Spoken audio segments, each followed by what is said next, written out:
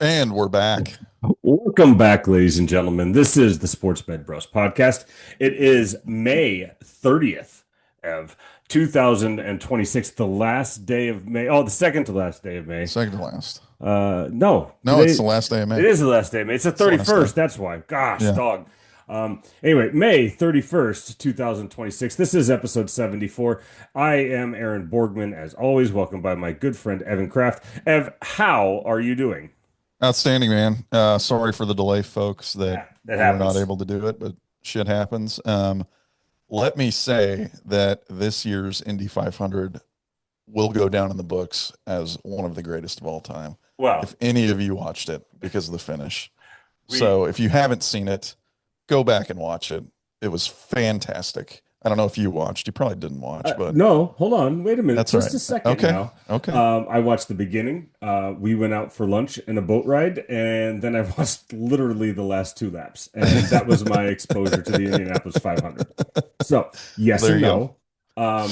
We listen, it was a great Memorial Day weekend. I think hope Yeah, it was awesome. everybody got what they wanted to out of it. Yeah. We went to the Lake of the Ozarks, the grilling, the boating, that kind of stuff. You obviously celebrated the 500 as you always do. Yeah. Just a great time to hopefully for most people out there kind of unwind a little bit. I know there's still a lot of sports medicine professionals working state finals, collegiate finals, things of that nature. School's Yeah. mostly out now, I think, for the vast majority of most people. So secondary schools should be on the downhill slide there, if not already. But quick thanks and shout out to everybody on the uptick of listeners lately. Yes. Of the Yeah. last 30 days, we have had a strong uptick of Canadian and United Kingdom listeners for All some right. reason. There we So, go. shout out to those individuals and thanks for coming along the ride with us. Yeah. That being said, Ev, we've got some stuff to kind of aggregate, kind of bring around a bunch of news, really nothing. We're not breaking anything, we never do. But, Yeah. some things that kind of came across my desk this week that I wanted to talk about. Unfortunately, Ev, the New York Giants over the last couple of weeks, man, have had what I'm going to call a rash of Yeah. Achilles ruptures. And the interesting part about this, Ev, is that it comes from a variety of positions, right? It was over the last 3 weeks, so most people would call these during phase 2/3 and off OTAs. I don't think there's mini camps just yet. I'm not No. exactly sure for how they structured their program since they have a new coach. But Yeah. first of all, you and I have talked very heavily and extensively about our feelings on the reduced time that these coaches and staffs get with their teams. But I wanted to bring this up, Ev, because this is a new situation for the New York Giants. They have a new Yeah. coach. There's a new kind of sheriff in town. There are, new support staff, performance, things of that nature. Not throwing shade at anybody, just, truly talking about the issue itself. We know you and I have been a part of a situation where, a team has a new head coach coming in Yeah. and they do enjoy setting the tone, as it were, and kind of creating culture from the beginning. Obviously, you don't want to see anybody get hurt with that kind of thing, but it is notable, right, that these things tend to happen when sometimes new ways come about. So Yeah. who knows? I'm sure there's a variety of factors, not the least of which I think is, you know, the stuff that we've always been talking about with the reduced contact time with these athletes as they get into the off season. Just kind of unfortunate. Unfortunately, we know that MetLife Stadium proper, not the Giants practice facility, Yeah. does have a reputation for some catastrophic injuries on their turf. Now, the interesting part about this, Ev, it's the end of May. These individuals have likely all been fixed already or repaired. So we're talking June, July, August, September, October. There's a chance for these individuals to contribute late in season should all of the rehabilitation go well and the team deems it necessary. So, uh, bad situation, but timing as far as players' careers are concerned could be worse. It's not the worst ever. Yeah. Please go ahead for a second. I've talked a lot. Yeah, this is not something that you typically see in off-season activities.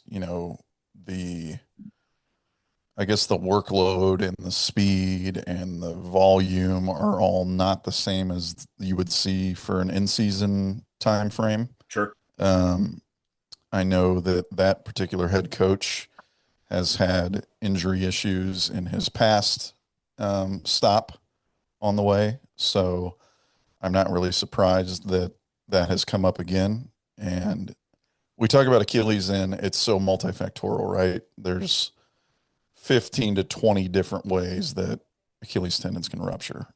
Is this the third one? This Have was they had the three? three in the past month-ish. Yeah. So again, underlying cause, we don't know. We don't know if it's reps in practice because you can only practice for so long, but are we doing, just team period after team period after team period or one-on-ones or what have you. So it's hard to say, but it's not certainly it's an anomaly for the off-season program to have Yeah. that many well, not season ending, but that many, surgical injuries Of the during same that type, time no less. of the same type in that time frame. So you look at strength and conditioning, you look at on-field activity, what's the factor there, and it'd be interesting to see how their practices are structured and see what's Yeah. really kind of the root cause of all of these things. Is So there a common denominator kind of thing? yeah, exactly. And I'm sure there is. We just don't know what that is. Yeah, I So know. I know one's a wide receiver, one's a defensive lineman. I don't know the position off the top of my head for the third individual. So, yeah, cross positions. Uh, yeah, so interesting stuff to follow. As far as how that kind of proceeds, do they back off now or not? yeah, Do like yeah, yeah. I do don't know. do they keep riding hard? Like, what's the deal? Uh, Listen, not great, not great. Not great. Not a good situation. More off-season NFL catastrophic injuries. Isaac Guerendo of the San Francisco 49ers tore his pec reportedly about a month ago during weightlifting, not during practice, but actually during weightlifting. I believe he has had that surgically repaired, and the head coach has come out and said he's expected to be out until late in training camp. You have taken care of way more pec repairs than I have Yeah, as a clinician. Does this time frame kind of fit, where your head's at for a running back? I mean, we're talking, late training camp's only 3.5 months yeah, away, but he had it done a month ago, so add 4 months. I mean, it's yeah. tight. That's a tight window, and with these pec ruptures, pec ruptures, and bicep tendon ruptures, tricep tendon ruptures, they're pretty straightforward, man. And you know that as much as I do. And once you get range of motion back, you're pretty much just like ready to ramp it up and go as they may. So I could see that in a running back if it was a lineman or a defensive lineman, probably not that quick. Running backs don't have to do a ton of engaging with their hands. I mean, there is some blocking to it, but it's not nearly as much as an offensive or defensive lineman. Of note, Um, we don't know that this was a tendon or an intramuscular repair, which does make a right, difference. right. It does. But they're pretty straightforward. And I mean, if he's hitting his marks and ready to roll, then I don't see why not. I don't see why he couldn't play then. That 4 to 5 month time frame is when they're really starting to get back into everything, Yeah. whether it's weightlifting, football stuff. So certainly could be an option for him. But Yeah. I think you got to consider too the electrical substation. I mean, that's No, we're not doing that we're here not we're today. not doing that. No, I no, we're mean, not doing what that. was there one at MetLife? I'm not sure. Yeah, I don't Um, know. But the interesting thing you bring up is about his position while he will have to block, right? Yeah, And utilize his skills. And I know that he's not the primary running back, so he's going to have to play special teams too. And there's some engagement there and that kind of thing. yeah, We as a profession, not we, but more so you than I, have really done a pretty good job with these over the last 5 years or so, yeah, like t turning these athletes back around. Back when I first came in, this was a season killer. Yeah. And, especially at this time, if you're going to have a catastrophic injury, now's the time to do it. Listen, I think that it's one of those deals where, yeah, it stinks. He's going to miss a lot of offseason time, but it seems like, according to what the head coach is saying, that this is a late arrival to camp and or potentially a PUP candidate. Yeah. But all things considered, pretty good outcome to be honest with you, Yeah. if you're going to do it. So, Yeah. moving along to your Indianapolis Colts, Ev, Daniel Jones was seen practicing this past week, or yeah, last week, excuse me, with he's post right Achilles repair. Again, another Achilles injury that we're talking about. Right-handed thrower, so this is actually a little bit better in my opinion than a front-sided injury in a thrower. But we're 5.5-ish months out, I believe, 5.5. So I Yeah. mean, this dude's doing very, very well. He was out on the Yeah. practice field during OTAs or phase 3 or whatever it might be.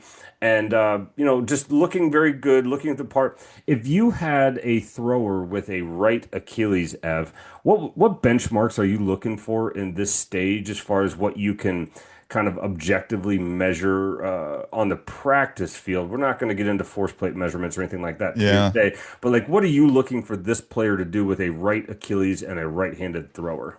Yeah. I mean, you really just want to see if he's mobile enough to do drop backs. Is he mobile enough to hand the ball off? Is he mobile enough to scramble? Like, can he plant and scramble? Can he change direction? Can he slip underneath somebody? Like, those are the kind of things I'd really want to see. Is he comfortable throwing, not throwing off his back foot or, altering his mechanics in any type of way? Obviously, he's a right-handed thrower, so you don't have to worry about his over the top, throwing with his left or throwing over his left foot. So, I mean, this is a surgery now that used to be a 9 to 12 month recovery, and we're seeing it drop down to 5 to 6, even Yeah. 4. It's in some cases with Rogers and Cam Akers. So I think that this is another one. Much like pec tears, that with the advancements in surgical techniques and rehab, like this is no longer a full year rehab. Right. So, but anyway, yeah, those are the types of things I'm looking at. If he's moving around, like, is he comfortable? Is he not tentative with cutting? Is he, able to pivot and turn and run and open his hips up and all those kinds of things? So, Yeah, my big thing, and I think you're absolutely right. I think you hit the nail on the head. My big thing is as a drop back quarterback, does that back post leg, is he secure when he wants to plant and then push forward in the yeah, pocket? yeah, This athlete's known as a pretty mobile guy. Obviously, that's a concern for every athlete at that level. However, for that position specifically, since he does drop back and kind of post, is what I call it, up on that back leg, yeah, is he secure there?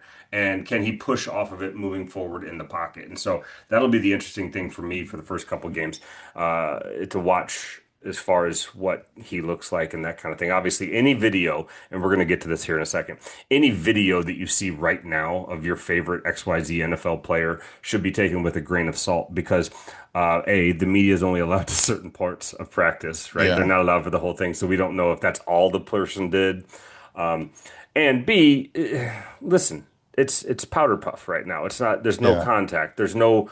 It's as close to realism as it gets, other than training camp. But it's still just like spring practice. So, yeah, exactly. and I think we're going to talk about that here in a second. One of our points, but pretty good stuff this week, man. We don't want to be talking about these injuries very much, and we have two new, multiple new ones, and one recovering one, along with another bunch of other stuff that's going on in the league. But it's good to see when they start to work out. Quite frankly. Yeah, yeah. Speaking of working out, we are on to in and out for the week. Ev, Hunter Yurachek. I had not heard of Hunter Yurachek previous to last week, but he is Me either. apparently and why would you? You're not an Arkansas fan. He is the athletic director for the University of Arkansas, and he penned a big letter on socials this past week, talking about, I'm quoting, paraphrasing here, extremely concerned and displeased about the recently released kickoff times for our football program in consecutive weeks this September, blah, blah, blah. He goes on and on. And so basically, he's complaining about the times that his team has to play in the quick turn from a late game back to an early game the following week. Now, that being said, I'm both in on this, A, because he's going to bat for his athletes. I love that, Yeah. right? Yeah. I love when administrators are thinking athletic safety. They're talking about, the quick turn recovery, things of that nature. And I'm not going to read the whole thing. It's a big, long letter. But, I'm also out on it because as the athletic directors of these big time football universities, they're the ones that are pushing for the TV contracts. And let's be Yeah. very clear, that's what this is about. They have a late window game and then an early window game. And if you're not a premier program, no offense to our Arkansas listeners, right? Right Yeah. now they're on the downside. I'm sure they'll come back, but right now they're not one of the premier teams in the SEC. So you're going to be put in some weird time slots. Yeah, But when you exactly. sign these big contracts for these big TV deals like all of these people do, you kind of just got to deal with that, right? Like, Yeah. I Yep. mean, it's cool that he's going to bat for his athletes. We like that. But then you might have also caused it, be a part of the problem and the solution. I don't know. What do you think? No, I'm with you on that. It's all about the money at the end of the day. So if you're in those meetings, if you're in those contract negotiations and you see the dollar signs, you're obviously going to jump for that because that's what puts butts in the seats, right? Right. That's what gets players to come to your school. That's what pays the bills. So that's what you're going to go for. And it's just kind of it's a little oxymoronic to say, Yeah. let's say, let's go get all this money, but we don't want to play at 9:15 Central Time, and then have to turn around and fly back to the Midwest and play at 11 on Saturday, Right. 5 days later, Yeah. or 6 days, whatever it was. So, you kind of got to understand the necessary evils of being in that conference and having those TV deals coming with not being a premier program and having to play at the times that you're not going to play at. So, Well, and let's be very clear, college athletics is no longer an amateur thing anymore, right? no, And no, this is basically the minor leagues for professional sports. And if that's what you want, which everybody across the world said was a good thing, okay, this has come to the blowback that you're going to have to deal with. So, yeah, yeah, I mean, yeah, I think it's a good and a bad thing all at the same time. I don't know yeah, yep, I think we're your agreement there. yeah, yeah, Um, One thing, Ev, that I really wanted to bring up this week, and we're not going to talk about any athlete specifics. Obviously, there's a big one here in my town, a guy that you and I both worked with who's gotten a lot of public recently about, quote, being ahead of schedule. So I'm going to take that person out of this and just say, like, this time of year, especially when it comes to football, this is, we see this a lot in baseball and spring training and things like that when people are best shape of their life seasons, right? Ahead of schedule right. season. I'm just all the way out on this kind of concept of telling the public and the media like people are ahead of schedule. And let me tell you why, because if something does not continue down that path or something goes wrong in that player's rehab that we don't have the details of, then that kind of throws off the whole narrative of the schedule.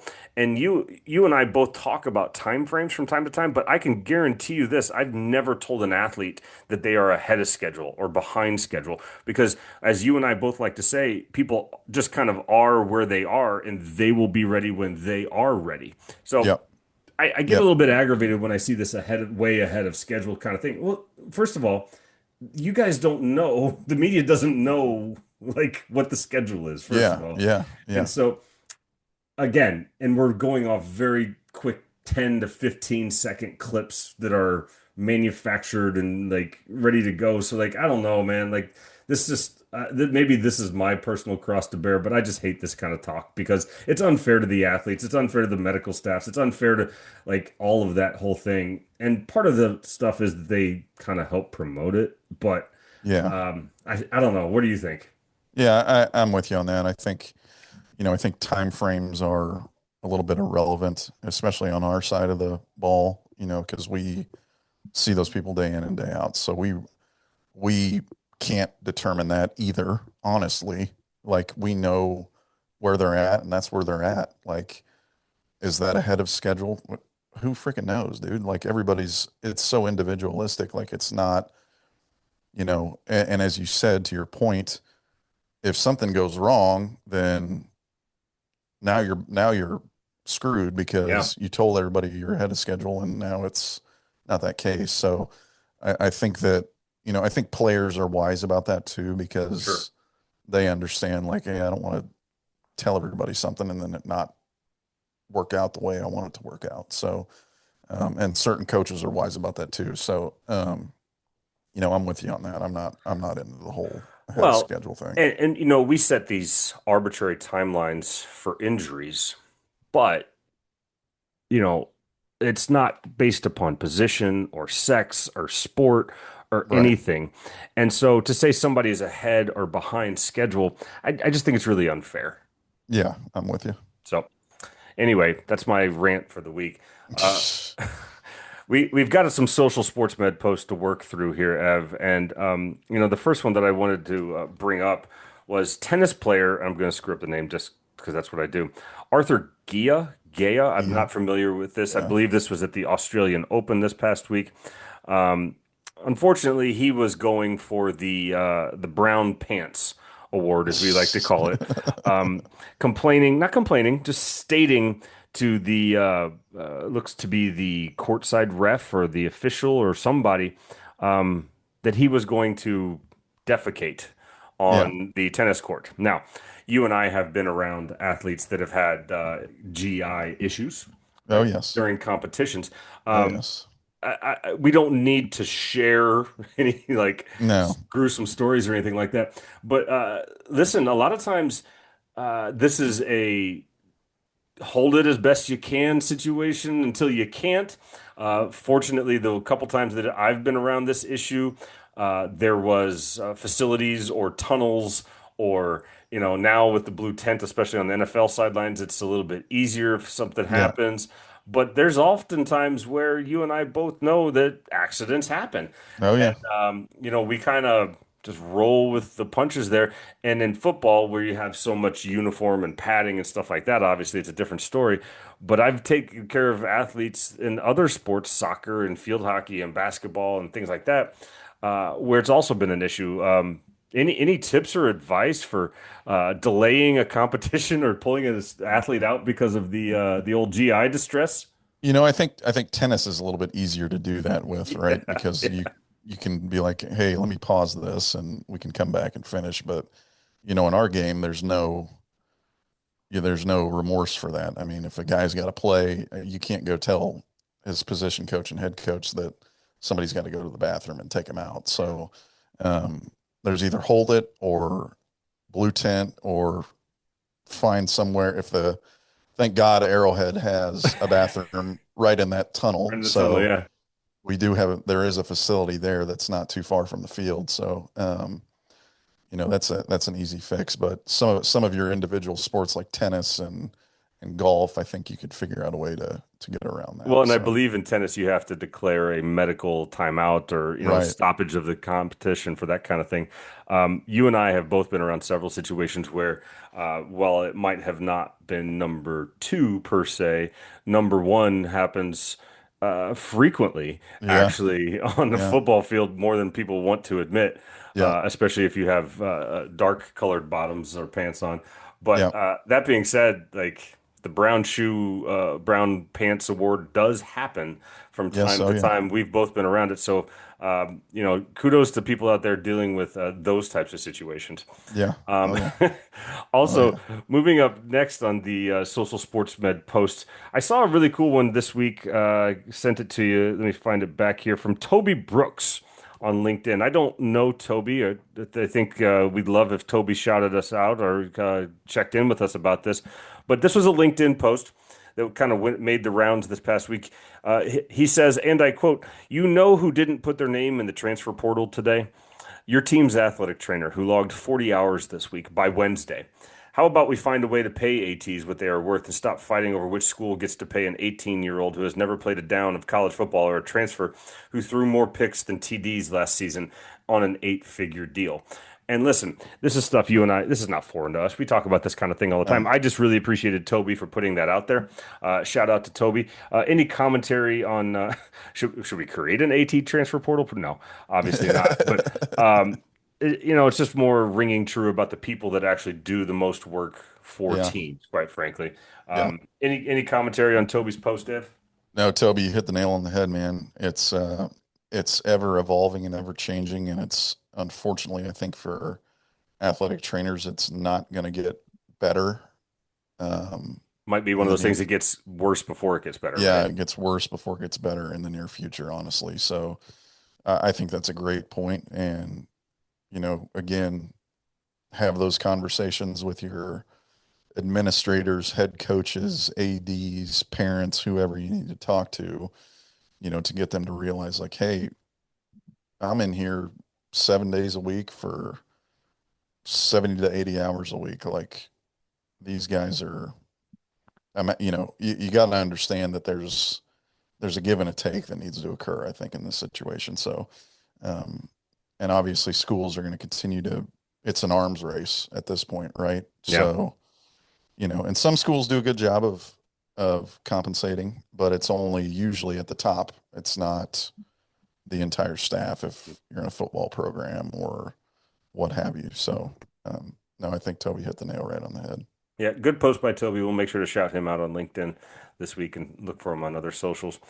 Moving along, Ev, Dan Campbell, um, always a good quote machine, but I really loved this one. The head coach of the Detroit Lions, for those that don't know Dan Campbell, he was asked during OTAs on where or what has stood out where there are no pads. He says, quote, there are a lot of guys who have done well for 2 days in pajamas. I'm done with the hype of the pajama party in May. We'll find out in training camp who's who. Now, you and I had a very ongoing saying about these types of situations when they would come across during OTAs and training camp and rookie camp or whatever. Looks like Tarzan, plays like Jane when the pads came on, that kind of Yeah, thing. But I yeah, think Coach Campbell kind of hit the nail on the head. Like, hey, man, this is great. This is fine. yeah, But it's not real football yet. We'll see how this kind of goes when it matters, when the pads come on, when their lights are brightest, that kind of thing. Any commentary on Coach Campbell's quote, Ev? no, he hit the nail on the head with that one. You and I have both seen it as we get through OTAs and mini camps. There's guys that stand out that look great. I mean, you're like, man, this kid might actually make the 53. And then training camp rolls around, the pads get on, people get their hands on them, and it's like, oh, okay, now we know what you really look like. And that's not a fault to No, the absolutely not. athlete. It's just It's how it works, reality. man. That's reality. So a lot of times that pressure of being forced into that role now, where hey, you got to compete, and now you got to compete with pads on, is a totally different animal than OTAs and mini camps. And let's be very clear. Every athlete that participates this time of year is still an unbelievable, phenomenal athlete, right? Exactly. Yeah. Yeah. And you and I, and no names here, we're not throwing anybody under the bus. I can remember a certain case where like we had a guy come in and he was just making receptions left and right, zooming across the end zone and Yeah. here all over the place. We're like, man, this is all right. Those pads came on, boy. Like it was a different story after that. Yeah. When the Yeah. when the safeties are allowed to hit you coming across the middle, that those arms get a little bit shorter. Yeah. It gets a Oh little yeah. bit more nervous. And so anyway, I like the point. Everything's fine right now. Everything's good. Everybody's getting technique and learning the playbook and all that. But I thought his point rang true, and I just wanted to shout that out as well. Yep. Finally, on our social sports med post, this one came across my desk this morning, and typically I'm not much on this type of stuff when sports medicine individuals post non-sports med stuff, but for some reason, and I think I want to explain this as we go here. This one struck me this morning when I saw it. This comes from the Mizzou Sports Medicine Department. And shout out to them for putting out some interesting social content. They put up a post with several of the members of their sports medicine department, specifically softball and tennis, I believe, attempting to drink bottles of water while they were had a TENS unit, a Compex unit on their forearm. So they would have the bottles of water in their hand. They'd crank up the Compex unit as they were trying to bring it up, that kind of thing. A little bit of levity there has absolutely nothing to do with the profession. Let's be clear Yeah. about that. I think that is the thing that needs to be shouted out the most. It's not like what they do. It was just a moment of levity, which I think separates some of the other things that we've been critical in the past. The reason Yeah. I wanted to bring it up was my group of friends in college. I was the only one that was in sports medicine, and I often had the kit or the bag, the travel bag with me, and I was challenged to do something similar one night with an adult beverage, obviously after I was of age. But have you ever tried to do such a thing, Ev? I have not. No, I have not. I know, messing around in like modalities class, we Right. crank up the Russian to max max power and Tetany. yeah, to see who could last the longest. But no, we didn't really do anything with drinking or water or something like that. My So personal favorite, and you may have not had this experience in my modalities lab, we had to take a unit on stroke rehab and things like that. And the probes that you used to use for the TENS units way back in the day, they were using them around their cheekbones, right? And oh yeah. so, like, we would use the probes on each other's cheekbones and get like our eyes to twitch and our cheeks to twitch. It's one of those things. But Yeah. just shout out to the Mizzou Sports Medicine Program for a moment of levity. We'll be sure to tag them up and give credit to them. Ev, we are on to a submission that a user, and I want to get this name right, on X shouted us out. This comes from Sammy822 on X, so appreciate you, Sammy. Logan Paul, who I'm not really still sure who the Paul brothers are in Worlds of Life. I know that they're in a bunch of entertainment and Yeah. promotions and things like that. I'll let you break this down. But Yeah. tore his tricep. He says he got surgery while he was awake. And I told Doc I wanted to feel it all. Still the tag team champ. So he must be a wrestler, right? Yes. They're Yeah. telling me a 6 months recovery, but I don't believe them. I'll be back in a couple weeks with some prime protein. I know that he's an investor and that kind of stuff. Yeah. Okay, so a lot of hyperbole going on there, Ev. Yeah. But it sounds like he got surgery with a local as opposed to a general anesthetic. I've never heard of somebody getting a tricep repair with a local. Again, sounds like this gentleman's big into promotion of self. So Yes. who knows if that's actually true? 6 months for a tricep repair is pretty on brand, depending upon what Yeah. you're doing. If he's a WWE guy, is it? Yeah. Okay. Yep. So Yeah. that explains why he went to Birmingham because they have a big connection there in Birmingham Yeah. with the WWE folks. But anyway, I'm just going to throw it out there. I don't think he did a local, quite frankly. Yeah. This is Um, work. This is what we call a work in the okay, please, business. please, you are the WWE aficionado here. Please talk to Yes. us a little bit. Yeah. This is just a work. I mean, the Paul brothers are influencers and investors and whatever entertainment, That tracks.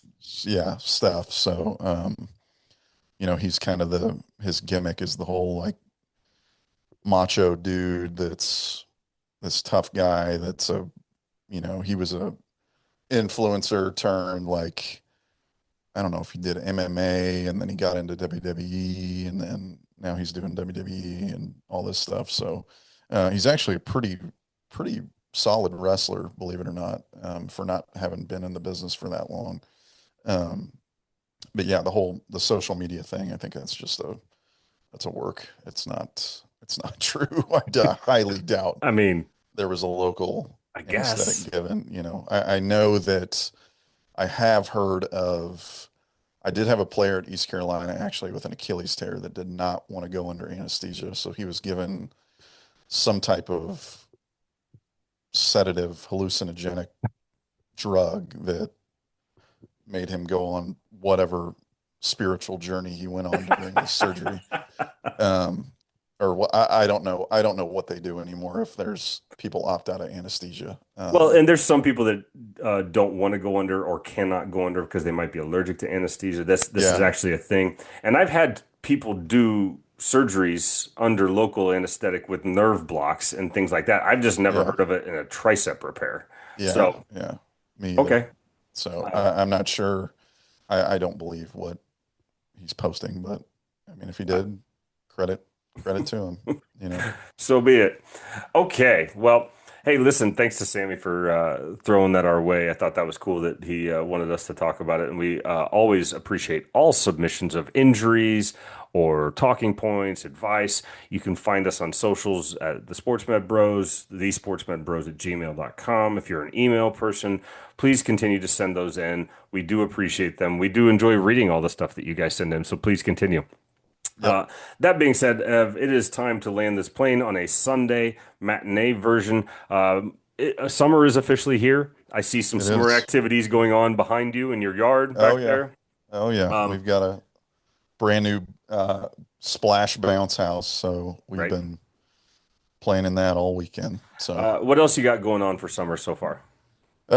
really nothing, man. Work's kind of ramping up. We've got all the kids are out of school now, so Sure. my schedule is just getting busier and busier, which is a good thing. And our kids are still in daycare, so they're doing more summer activities at school, and we're just kind of enjoying our time. We don't really have any plans this summer to do anything. So I think it's interesting in the private sector how, and you've seen this now that you've been out, but it goes in waves, right? yeah, And yeah, at the start of summer, we're in the start of this first big wave of activity. June is usually very busy, but it's also all over the place with people traveling, vacations, yeah, camps, things like that. And then it slows yep, down, and then it spikes again toward the yep, end of summer as sports are starting back up, especially for high schoolers and things like that. yep. So. Yeah, summer's here. Camps, soccer leagues, summer trip planning. I'm going to be AOL, not AOL, AWOL, AWOL, on a couple weeks this summer from trips and things like that. So my wife and I were just planning a trip here in the office earlier. So yeah, man, but we're in the full swing of things. Going to be a little bit more sporadic over the summer as our schedule Yep. allows. We're going to, again, like I said, we're trying to mix in some interviews for times when Ev or I are off or we're out of town, things of that nature. So stick with us. We appreciate your patience. It's a little bit slow time right now and probably Yep. only going to get slower as pro sports kind of wean down here in the middle of summer. There's only baseball. Basketball just went to the finals. Hockey's going to the finals. No one's going to miss there. No one's going to have any terrible injuries to really discuss all that much. So it's Yep. really baseball right until and the World Cup's coming up, obviously. So that's Yep. something to monitor. So we'll take a look at those types of things and see what matters for that, obviously. But that being said, it's a little bit of a slow time. If you got anything you want us to talk about, please reach out. Please let us know. And anything else on a Sunday afternoon, Ev? No, that's all we got. I'm gonna go finish my yard work here, and that's about it, man. Well, we just sent some fresh rain your way, so get that yard work done. It'll Excellent. be there probably tonight or tomorrow. So, Yep. Can't all wait. right, everybody, we will see you when we see you. And thanks for listening, and thanks for everything you guys do. Thanks, guys.